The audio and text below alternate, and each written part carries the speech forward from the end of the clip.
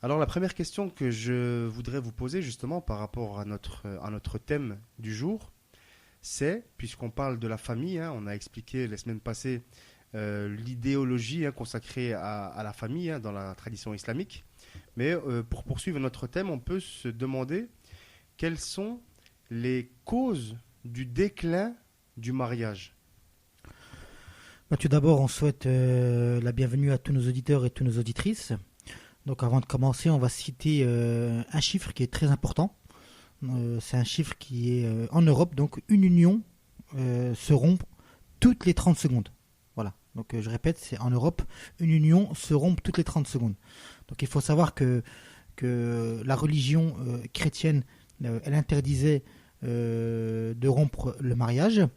Et avec l'arrivée de la Révolution française, on assiste à un changement radical, c'est-à-dire à la démocratisation des relations hors mariage, c'est-à-dire l'adultère.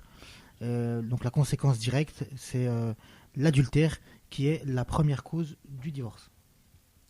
Oui, alors justement par rapport à ce constat, à ces chiffres et à ces références historiques, tu nous expliquais que donc l'adultère c'est la première cause de divorce. Est-ce que dans des sondages ou dans des déclarations, dans des témoignages, on retrouve ça? Est-ce que finalement les couples sont aujourd'hui fidèles? Oui, donc bonjour à tous nos auditeurs et auditrices. Donc avant de répondre à ta question par rapport au divorce, j'aimerais bien citer quelques hadiths des paroles du saint prophète, que les prières de Dieu soient sur lui ainsi que sur sa sainte famille. Il faut savoir que le divorce, c'est un acte déjà qui est licite. On a le droit de divorcer en islam, mais c'est l'acte le plus détesté par Dieu. Alors, c'est un hadith du prophète qui dit que le divorce, c'est l'acte licite le plus détesté par Dieu. Il y a même d'autres récits qui disent que le divorce, il fait trembler le trône de Dieu. Et, par exemple, l'imam Al-Hussein avait dit sur la paix, rien n'est plus détestable par Dieu qu'il soit exalté qu'une maison qui se détruit en islam à cause de la séparation, c'est-à-dire le divorce. Ou encore dans une autre parole d'un imam sur la paix qui dit « Mariez-vous et ne divorcez pas, car le divorce fait trembler le trône ». Donc en islam, le divorce il est autorisé, mais il est vraiment très déconseillé parce qu'on sait ce que ça peut engendrer, le fait de divorcer, surtout quand il y a des enfants. Les enfants se retrouvent déstructurés, l'absence d'un père ou l'absence d'autorité du père ou la mère qui se retrouve tout seule, une famille monoparentale comme on voit beaucoup souvent de nos jours où c'est que la maman se retrouve à éduquer des enfants, il n'y a pas d'autorité donc les jeunes sont déstructurés, ils se retrouvent à ne pas écouter, à ne pas travailler à l'école, toutes ces choses-là. Donc ça veut dire que la parole du saint prophète avait du sens quand il disait que c'est l'acte licite qui est autorisé. Parce qu'il y a des cas extrêmes où c'est qu'on a besoin de divorcer, où c'est que le couple ne va plus s'entendre, donc nécessairement le divorce là il sera quasiment obligatoire. Mais dans cette sage parole du prophète sur la paix, on faut comprendre que le divorce, si on peut l'éviter, il faut l'éviter. Parce que ça a des conséquences négatives. D'accord, alors justement par rapport à la sacralité du mariage, et c'est pour ça que je te demandais, est-ce que finalement est-ce que les couples généralement sont fidèles et peuvent éviter ce divorce qui est finalement une espèce d'échec en particulier pour les enfants? Selon l'Institut de sondage Ipsos, en 2010, ce serait près de 4 Français en couple sur 10, c'est-à-dire 37%, qui ont déjà été infidèles ou qui pourraient l'être. Donc c'est un chiffre qui est très important. Dans 55% des cas, c'est l'homme qui trompe la femme. Mais ce qui est intéressant, c'est l'autre point de vue, c'est-à-dire 45% des femmes qui ont un amant, voire plusieurs. Donc ça, c'était en 2010. La situation n'a pas changé. Je pense qu'elle a même, elle s'est même aggravée. Empiré, bien sûr. D'accord, parce que là, on essaye d'expliquer justement quelles sont les causes du divorce, et c'est pour cela, qu'on s'interroge par rapport à ça. Alors, pour continuer et poursuivre sur ces causes qui amènent parfois les couples à divorcer, est-ce que tout à l'heure, tu faisais référence à la Révolution française et puis tout ce qui s'est passé après, mais est-ce que on peut se demander si le travail des femmes, notamment, ça explique pas tout, mais en partie, a joué un rôle dans l'augmentation des divorces, ou plutôt le fait que ce soit plus facilité aujourd'hui que ça ne l'était hier. Effectivement, le fait que les femmes se sont mis à quitter le foyer conjugal et à ne sortir par nécessité, pour pouvoir devoir aller travailler parce qu'un seul salaire ne suffisait pas, c'est clair qu'il y a une certaine corrélation entre le travail des femmes et l'augmentation des divorces. C'est quand on regarde autour de nous, dans les années à peu près 1950 et tout, c'est que c'était une société patriarcale où il y avait le rôle du père qui travaillait dans le champ, à l'usine, à l'extérieur et tout, et la mère qui s'occupait des enfants et qui faisait les tâches intérieures. Donc c'était un système qui marchait bien, qui avait certains avantages, mais il se trouve qu'avec l'évolution de la société, les femmes avaient besoin de travailler et de se retrouver à être à l'extérieur, ce qui a entraîné une certaine indépendance de leur part, et que du coup elles n'avaient plus besoin d'un homme pour vivre leur vie. Donc, alors qu'avant, c'était l'homme qui apportait la subsistance et qui, subvenait aux besoins de la famille. Et le fait que la femme a obtenu son indépendance financière, le fait qu'elle ait un salaire, et puis qu'elle se dit pourquoi rester avec un homme qui alors que moi-même, je peux m'occuper toute seule de moi-même sans être avec un homme, quoi. D'accord. Alors, pour poursuivre par rapport à ça, donc dans ces causes qu'on essaie d'expliquer justement, il n'est pas question de juger ou de dire que le divorce est interdit, surtout que tu nous as expliqué qu'en islam c'était quelque chose qui était autorisé, mais que selon la tradition islamique c'était quelque chose qui était, on encourageait à ne pas divorcer plutôt. Est-ce que, pour poursuivre dans ces explications, toutes les publicités, tous les films, tous les clips de musique, etc., ont également joué un rôle dans l'indépendance nouvelle ou dans l'évolution de la société, qui a fait qu'aujourd'hui, le divorce est de plus en plus pratiqué? Bien sûr, la publicité, elle a joué un grand rôle. On le voit, on n'a qu'à allumer la télé ou même quand on roule en voiture, on voit pas mal de filles libres comme l'air, qui ne se soucient que de leur beauté, la beauté de leur corps, etc. On met bien en valeur la beauté de leur forme, et sans parler, bien sûr, de l'impact ravageur des films, que ce soit même quand on va voir un film, quand on regarde un film avec ses enfants, même les dessins animés au jour d'aujourd'hui, qui montrent un certain type de femmes, en passant par les films porno, etc. Donc ça a un grand rôle.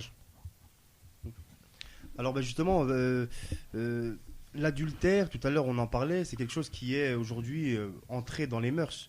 Est-ce que ça aussi, le fait qu'on considère que ce ne soit plus quelque chose d'extrêmement grave, a contribué à l'augmentation des divorces et à la crise de la famille?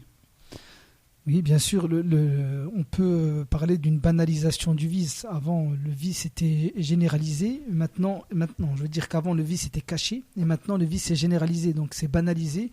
Donc, maintenant, on parle. Il y a carrément des sites de rencontres où on incite à l'infidélité et à l'adultère, à des relations extra-conjugales. Alors des sites qui encouragent à l'adultère. Effectivement, on peut trouver ça, par exemple, Gileden.com. Ce site propose aux femmes et aux hommes mariés de se rencontrer de façon totalement honnête, sans passer par des subterfuges pour cacher leur vie maritale. De toute façon, dans n'importe quel site de rencontre, maintenant, dans les statuts, les gens ils peuvent demander si c'est une rencontre amicale, éphémère ou une rencontre sérieuse et tout. Et je veux dire, les gens ils peuvent mentir. On ne cherche pas à comprendre si la personne est mariée ou pas. Donc du coup, il y a vraiment une banalisation par rapport à ça.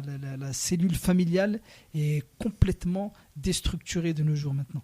Et c'est pour ça qu'il faut revenir à des bases saines, à des valeurs, qu'on retrouve aussi dans les autres religions monothéistes, avec une famille normalement constituée, le père, la mère, les enfants, et vivre très simplement et ne pas se compliquer la vie à vouloir multiplier les relations, à vouloir tromper l'autre et tout. Ça ne ramène que des problèmes finalement. Dans cette deuxième partie, on va parler d'un sujet qui, évidemment, fait polémique, mais dans la tradition musulmane, on peut aborder effectivement tous les sujets. On va essayer de les aborder avec calme et puis vous donner les positions de l'islam par rapport à tous ces sujets, donc par rapport à la polygamie dans un premier temps, et puis l'homosexualité dans un second. Alors, première question, tout simplement, quelle est la position de l'islam face à la polygamie ? Donc, pour poursuivre par rapport au sujet sur la famille, l'islam, il faut savoir que très catégorique par rapport à ça, tous les musulmans sont unanimes et parlent à une seule voix par rapport à cette question. Ils autorisent très clairement la polygamie. Il y a un verset du Coran qui parle de ce sujet, à la sourate Nisa, c'est-à-dire la sourate Les Femmes au verset 3, où Dieu dit « Il est permis d'épouser 2, 3 ou 4 parmi les femmes qui vous plaisent.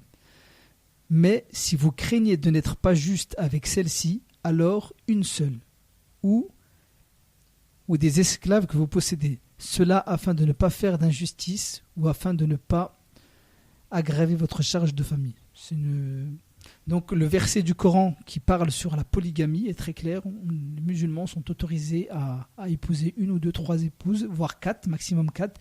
Mais par contre, le verset est très clair. Il dit si on craint de n'être pas juste, vaut mieux en épouser une seule. D'accord, on peut juste rappeler que dans la majorité des pays musulmans, les hommes sont monogames, mais c'est vrai que ce droit existe à condition de respecter les conditions d'application de ce droit. Donc finalement, l'islam autorise cela. Est-ce que, par rapport à l'homosexualité, par exemple, l'islam, qu'en pense-t-elle ?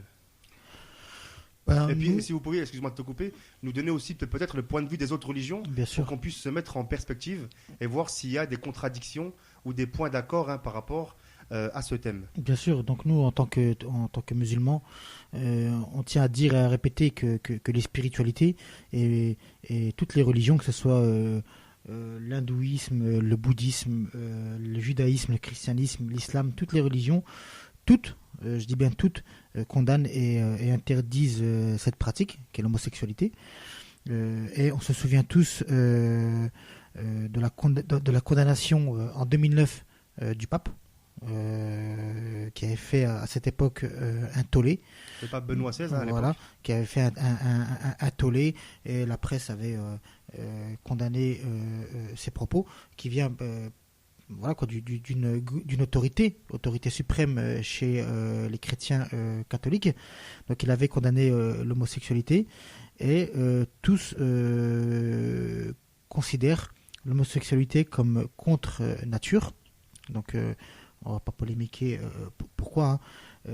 Et il ne faut pas nier ces faits, ni contredire les textes religions, et vouloir imposer l'homosexualité aux gens.